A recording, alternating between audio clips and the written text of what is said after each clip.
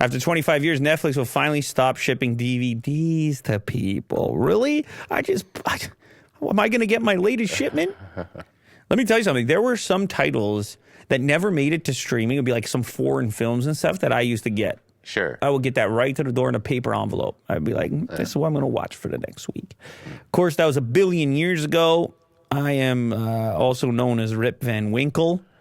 And this is no longer necessary with streaming taking over everything. It is such a wild throwback to think of Netflix as a company that was sending DVDs via mail, which is exactly what they were for a long time. For those of us who remember the practice, it's time to say goodbye. CEO Ted Sarandos wrote in a company blog post on Tuesday that Netflix will ship out its final DVDs September 29th. The move comes after a quarter century of Netflix sending discs to people. What does he say? Those iconic red envelopes changed the way people watch shows and movies at home, and they paved the way for the shift to streaming. From the beginning, our members loved the choice and control that direct-to-consumer entertainment offered, the wide variety of titles, and the ability to binge-watch entire series. DVDs also led to our first foray into original programming with red envelope entertainment titles, including Sherry Baby and Zach Galifianakis Live at the Purple Onion. They started all the way back in 98. God, I definitely wasn't a member in 98, but maybe in the 2000s. I don't remember. Early 2000s? I don't remember now. I don't remember. I probably was like 18, 19. I just want to see the Netflix 18, 19, 20. envelope. I don't know.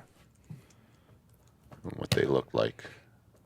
No more DVDs. R.I.P. DVDs. Yeah.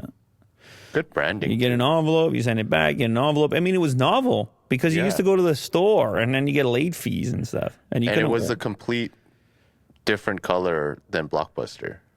It was just like a really clear competitor and then just kind of overtook because Blockbuster was blue and yellow, right? It's a branding thing. I'm telling you. It was just the color. That's all it was. Yeah, that's all you had going on Netflix. Red was a good choice, Netflix. The red carpet. There you go. The red carpet. Think about it. Tim Hortons, look at the red over. This clip you just watched is sponsored by LaterCase. If you have been looking for an impossibly thin case to put on your brand new smartphone, you need to check out LaterCase, available for both Android and iPhone. Check the description of this clip in order to get a special offer.